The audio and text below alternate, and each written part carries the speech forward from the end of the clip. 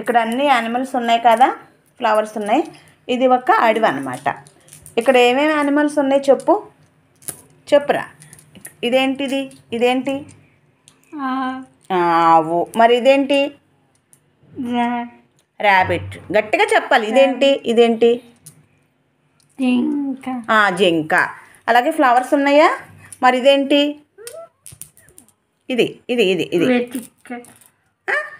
పిచ్చుకలే కదా, బర్డ్స్ అని చెప్పు.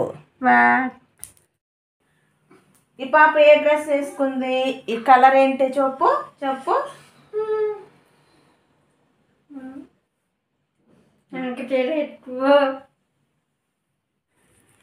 ఈ చాక్లెట్ ఇస్తాను చెప్తావా? బొమ్మ పేరు చాక్లెట్ ఇస్తాను చెప్తావా? ఇటు చూడు. ఇది నేను కావాలనే అన్నానండి. ఎందుకంటే చాలామంది పేరెంట్స్ ఇలాగే నేర్పిస్తూ ఉంటారు. స్పీచ్ థెరపీ చెప్పేటప్పుడు మాత్రం ఇది చాలా రాంగ్ అనమాట. మనం అసలు వాళ్ళని డిమాండ్ చేయకూడదు. చాలా నార్మల్గా నేర్పిస్తూ ఉండాలి. సో దీనివల్ల నష్టమే తప్ప నుంచి ఎలాంటి ఉపయోగం ఉండదన్నమాట. చాక్లెట్ ఏంటి అంటున్నా చెప్పు. ఇంతకీ ఆ బొమ్మ వేసుకున్న కలర్ ఏంటి చెప్పు సోని. Back colour. ఇప్పుడు లైన్లోకి వచ్చింది బండి. హాయ్ అండి, welcome back to my channel అమ్మ పాఠాలు. ఈ పిల్లలు ఎప్పుడు ఎలా ఉంటారో, ఎప్పుడు మూడీగా ఉంటారో, ఎప్పుడు నార్మల్గా ఉంటారో మనకు అసలు తెలియదండి.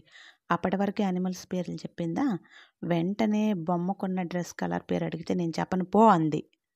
అందుకనే చాక్లెట్ కొంచెం పెట్టేసి అప్పుడు అడిగాను. మళ్ళీ మూడు సెట్ అయ్యింది. అప్పుడు బ్లాక్ కలర్ అని చెప్పింది అనమాట. సో ఇలా ఉంటుంది వీళ్ళతో. పిల్లలకి స్పీచ్ థెరపీ ఇప్పించేటప్పుడు పిల్లల్లో స్పీచ్ డిలే ఉందా, లేకపోతే ఆటిజం పిల్లలా, అందువల్ల మాట అనేది రావడం లేదా అనేది మనం బాగా అబ్జర్వ్ చేయాలండి. ఎందుకంటే స్పీచ్ డిలే ఉన్న వాళ్ళకైతే కొంచెం లేటుగా వస్తాయి. థెరపీస్ ఇప్పిస్తే ఓకే. అదే ఆటిజం అనుకోండి, అదేంటంటే డిజార్డర్ అన్నమాట. ఆ ప్రాబ్లము అది అంత త్వరగా క్యూర్ అవ్వదు. సో బాగా కొంచెం ప్రాక్టీస్ చేయాలి. అంటే మనం ఎక్కువ టైం తీసుకుంటుంది. సో మనం ఎక్కువగా అలాగ పిల్లలకి ఓపికగా నేర్పించుకుంటూ ఉండాలి. పేరెంట్స్ మాత్రం ఒక విషయం బాగా గుర్తుపెట్టుకోవాలి. వీడియోస్ ఇతరులవి చూసినవో, లేకపోతే డాక్టర్స్ చెప్తున్నప్పుడు చూసినవో థెరపీస్, ఏ థెరపీలైనా స్పీచ్ కానీ లేకపోతే ఫిజియోథెరపీ కానీ ఇంకేమైనా సరే అండి, మనం ఓన్గా మాత్రం అస్సలు ఎట్టి పరిస్థితుల్లో చేయకూడదు.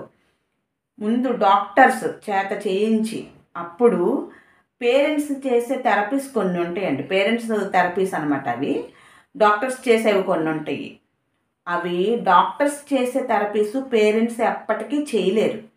నార్మల్గా అందరికీ రెగ్యులర్గా ఉండే థెరపీస్ని కొన్నిటిని చెప్తారండి పేరెంట్స్కి, ఇలా చేయించుకోండి మీరు ఇంటి దగ్గర అని. అవి మాత్రమే మనం చేయగలము. ఎంత బాగా చెప్పేవాళ్ళైనా, పేరెంట్స్ చదువుకున్న వాళ్ళైనా, ఎంత బాగా చెప్పేవాళ్ళైనా థెరపీ విషయంకి వచ్చేసేటప్పటికి డాక్టరే, పేరెంటేనా.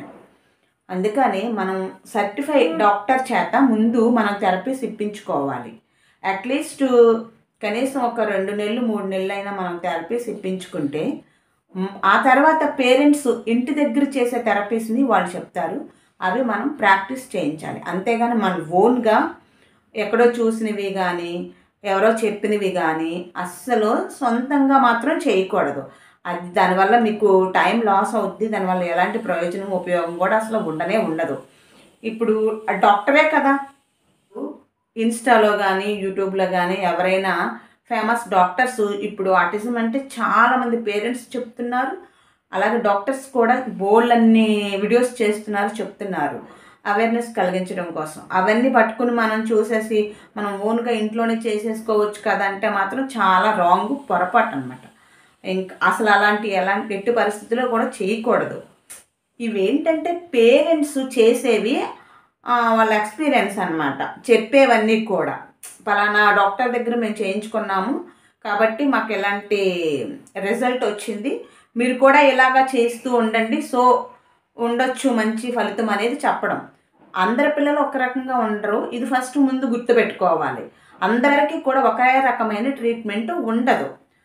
కానీ కొన్ని రెగ్యులర్గా చేయించే థెరపీస్ని కొన్ని అయితే పేరెంట్స్ ఇంటి దగ్గర చేసుకునేవి డాక్టర్స్ చెప్తారు కాబట్టి అవి మనము ఫాలో అయితే దానివల్ల మనకు యూజ్ ఉంటుంది.